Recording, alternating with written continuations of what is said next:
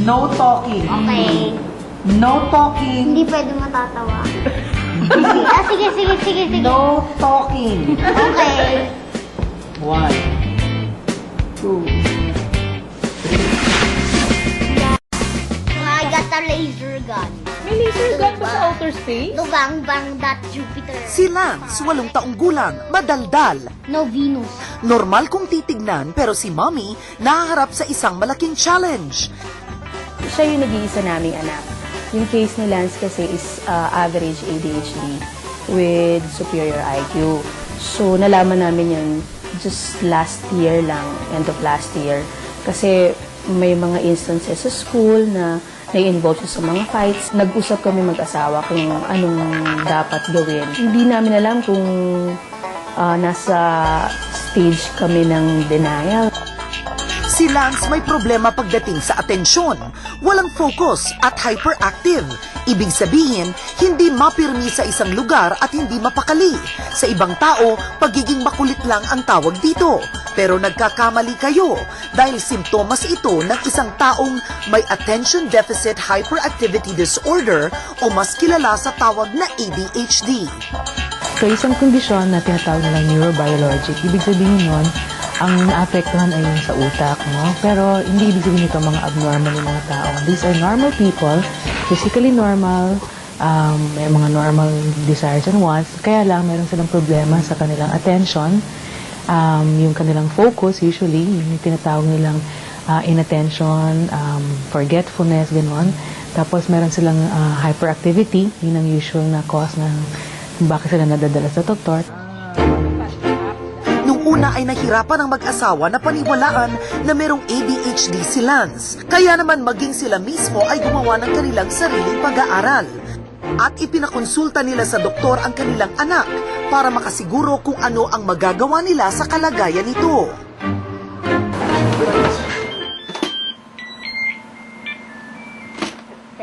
Simula noon, kahit pa nasa trabaho, ay sinisiguro ni Mommy Cheryl na madalas na kinakausap ang anak at namomonitor ang mga ginagawa. Malaki ang importance ng communication eh. Basically, para malaman namin kung ano yung feelings niya, and then kung ano yung problema niya. We really need to know what's really happening to him the whole day, sa school, even dito sa bahay.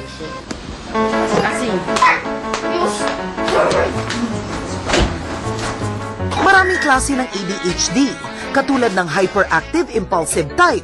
Hindi sila masyadong makakalimutin pero masyado silang malikot at impulsive. Habang ang inattentive type naman ay hindi masyadong malikot at impulsive pero sila yung makakalimutin, maraming nawawala at madalas na nagde-daydream sa lugar kung nasan sila. Sila sa mga regular kids, parang immature sila for their age. Sabi nga ng isang expert, bigyan mo daw ng 30% discount yung kanilang chronologic age, yung edad nila, kunyari 12 years old, less 30%, so minus 3.5 years. So ang talagang age niyan, emotionally, mga 9 years old lang or 8 years old lang. So yun ang isang difficulty nila. Maliban sa espesyal na atensyon na kailangan ni Lance, maging si Mommy Cheryl at Daddy Alan ay nangangailangan din ng support group. Sumali sila sa ADHD Society of the Philippines, kung saan tinuturuan ang mga parents ng mga batang may ADHD ng tamang paraan ng pakikipag-usap sa kanila. At ano ang dapat gawin ng magulang? Halimbawa, yung anak nila ay may ADHD. How do they show love and care? Sa amin, ina-encourage namin yung positive attention. Ibig sabihin, sabi nga namin, ang mantra namin is catch them doing good. So it's very hard, no? In a scale of 1 to 10. Siguro sa 10, baka 8 doon mali yung gawa, no? Pero ang papansinin mo, yung 2 tama. Para naman ma-build yung self-esteem ng bata, you should provide a safe place at home. Na doon siya, he will be what he is, and you will be there to comfort him when he needs you. Base na rin ito sa karanasan ni Mrs. Ditas Martelino dahil meron siyang 2 anak na may ADHD. Ang kaalaman niya ay ibinabahagi din niya sa iba pang magulang. Effective communication talaga. Importante sa bata yon, and encouragement, and pati yung anger management, skills building, yung mga ganon. In-encourage namin sila mag-training para sabi namin, in the long run, the medicines will not work anymore. There will be no more therapy, but in the end, you will be there for your child. Sinamahan ko si Mommy Cheryl para sa isang one-on-one session kasama si Lance. So pag may sinasabi siya sa'yo, dapat makikinig ka muna. Huwag mo muna siyang beginning to end. No? Biyaan mo siya magsalita, tapos basahin mo kung ano yung feelings niya. Kasi kuminsan very dense sila. They don't get the feelings ng kausap nila. Mag-lean forward ka lang muna, tapos look in the eye, tapos iulit mo kung ano yung sinasabi niya. Kasi kuminsan they say things that they don't mean. Yes. They don't even understand. Do they say also yes and no na hindi nag-iisip? Oh, yan. Yung anak ko rin, ganyan. Sabi ng anak ko, nagwiwiwi, Mommy, I hate you. Ha? Ano? Mommy, I hate you. What did you say? Mommy, I want to make wiwi. Na hindi nag-iisip. At para naman itest ang attention span ni Lance, sinubukan ko siyang i-control para makita kung kaya ba niyang mag-focus ng ilang sandali. Subukan natin ha. 1 to 20, no talking. Okay. No talking. Hindi pwede matatawa. Sige. No talking. Okay. 1, 2, 3, 4, 5, 6, 7. 7 pala sabi ko no talking. Sorry ka! Last na Pero baka naman sobrang hinihingi ko, doktora. Hindi, normal ba yun? 1 to 20, no talking is pwede, di ba? Ang regular kid. Pag 1 to 20, 7 years old, kaya no talking.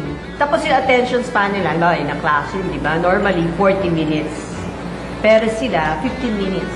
Pag sinabi mo kasi incurable, ibig sabihin nun, natatanggal yung kondisyon. Kagaya kunyari ang pneumonia, pag kinure mo yan, binigyan mo ng antibiotics or proper medication, mawawala ang pneumonia totally. Ang ADHD hindi natatanggal. In other words, andiyan na yan.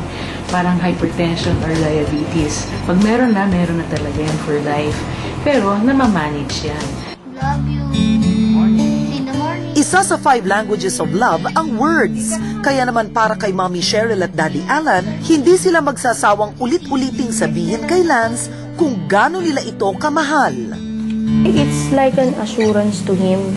There is really someone who will be beside him. So, napakalaking importance talaga na sasabihin mo yung pagmamahal mo. Bago kami magpaalam, I'd like to encourage all of you. Sumulat pa kayo sa amin dahil this coming November 19, we're going to award the Working Mom Balance Awards. Kaagapay natin dito ang Working Mom Magazine.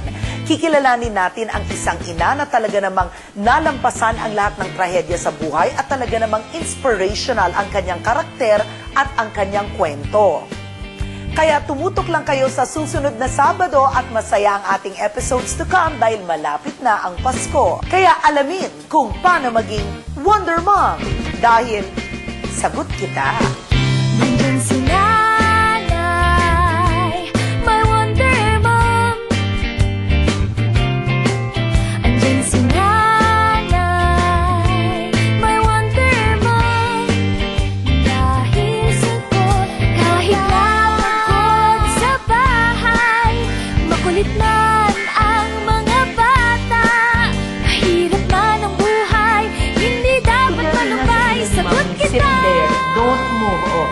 Pero hindi mo nagagawa. Anong nararamdaman mo? Bakit ka talagang napapagalaw? Anong nararamdaman mo sa katawan mo? Siyempre gusto po ng katawan ko malikot. Ngayon, yung katawan mo may gusto na malikot.